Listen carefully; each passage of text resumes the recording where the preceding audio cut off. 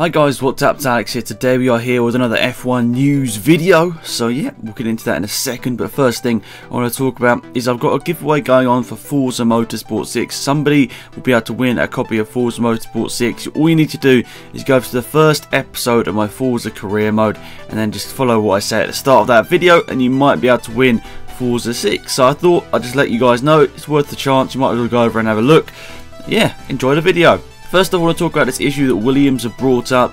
It's for F1 2017. There's a sort of new revamp in the regulations. Well, they're not exactly sort of confirmed yet, but a lot of teams are wanting it, assuming the bigger teams. They're wanting it to make the whole car just a huge amount faster, 5 to 6 seconds faster a lap.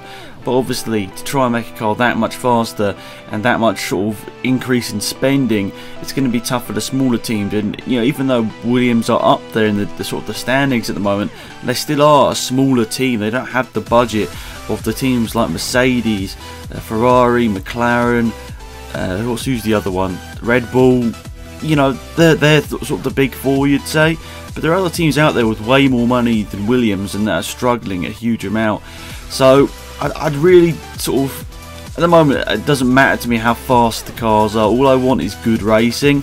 So, you know, if it's 5 to 6 seconds faster a lap, it could actually prevent good racing in the day. It could have just be cars going around just following each other, because when you're going that fast, it's going to be hard to make an overtake work. So yeah, I hope this sort of stuff doesn't go ahead in a way, because I want the racing to be good. I mean, yes, it would be cool to see cars going really fast. Obviously, you know, 5 to 6 seconds faster a lap means around Monza you're going to be doing like a 1:05. Maybe not 1:05. What sort of lap times do you do around Monza? Maybe like a 1:08, 1:09. So yeah, you know, it'd be cool, definitely, but I don't think it's needed to make Formula 1 good. What we need to make Formula 1 good is cars that can overtake each other, and maybe a bit more influence on that rather than just cars going fast. At least that's my opinion. And obviously, if the cars get really expensive to make and build, then it's going to cut out a lot of teams, and it means that we're going to have more and more paid drivers, and we already have enough people complaining about paid drivers.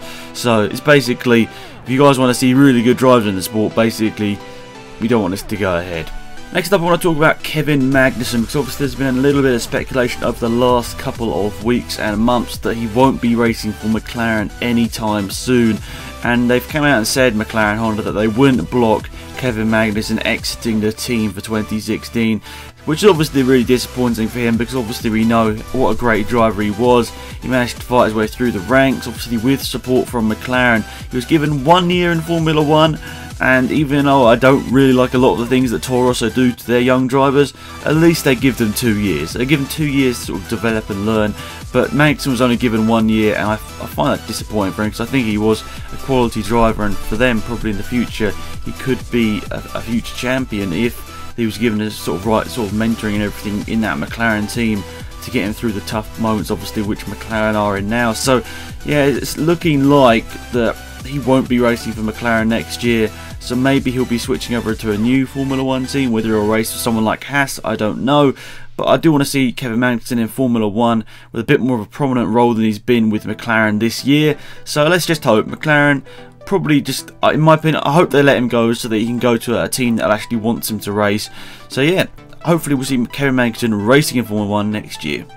Lots of talk about Lotus over the last couple of weeks, whether they're going to be able to complete the season, but a couple of people in the team have came out and said that don't believe all this stuff that's saying, you know, it's going on about the team. It's all good, which it is hard to believe that it is all good, but you know, you just sort of have to believe them, to take it with a pinch of salt. Though it does look like Lotus are going to be able to complete the season, but there are ongoing talks with Renault, obviously, to just take over a sort of a large percentage of the team. So we might be seeing next year it's a Renault Lotus once again, which in a way would be good. It means that the team should have more funding to go ahead, get a better, better driver to replace Maldonado, and obviously hopefully keep Grosjean as well, and hopefully have a good car as well. That's the good thing about having a big manufacturer coming into the team, that they should be able to, they should be able to be further up the grid than they are at the moment. I mean, they're battling in the top 10 at the moment, but you think if Renault came on board as a big sponsor, not big sponsor, sort of big owner of the team, I should say, that they've got a good chance of, you know, trying to go back to where they were in the Fernando Alonso's days of the team, obviously 2005, 2006. they got a decent chance of going back there. They just need to really commit to the team and really make their engines good. On that issue of Renault maybe taking over the team, Pastor Maldonado has come out and said that he's not worried about getting the axe if Renault does come through and take up a big percentage of the team, because he does have a contract with the Lotus team for next year. A couple of people telling me that he doesn't, but both Maldonado and Grosjean do have contracts for next year. So yeah, obviously it's a weird world of Formula 1 where a contract doesn't really mean anything, which we saw with Guido van der Garde obviously earlier this year, getting a big payout though from Sauber. But yeah, do you think we will see Maldonado in Formula 1 next year? Well, maybe if the F1 team stays how it is, just with Lotus and all of that. But if Renault come in and take over, I'm assuming they'll get rid of him, obviously, because they're big ties with the Total oil company, and obviously Maldonado is sponsored by sort of, you'd say, a rival oil company in PDVSA, so you'd probably see Maldonado out the exit door, or maybe a different sort of branding of his sponsor. I don't know, but in a way I think Maldonado is good enough to be in Formula 1. I know a lot of people disagree with that, but he's fast enough to be in F1. There's no really question about that. He's won a Grand Prix. You know, go back to 2012 when he actually had a competitive car. He was a fast driver, so I think he should be in Formula 1. Maybe on this year's performance you'd say he doesn't deserve it, but again, there's been so many problems with this car which aren't his fault, so yeah, it's hard to really judge him this year, because well, I just don't want to be like mean to him, because really he's had so much bad luck this year, and I don't think he really deserves some of the stick he's been getting, because he hasn't actually been that bad. Lastly, Fernando Alonso has come out and said that keeping Button in Formula 1 and with McLaren for next year would be a good thing.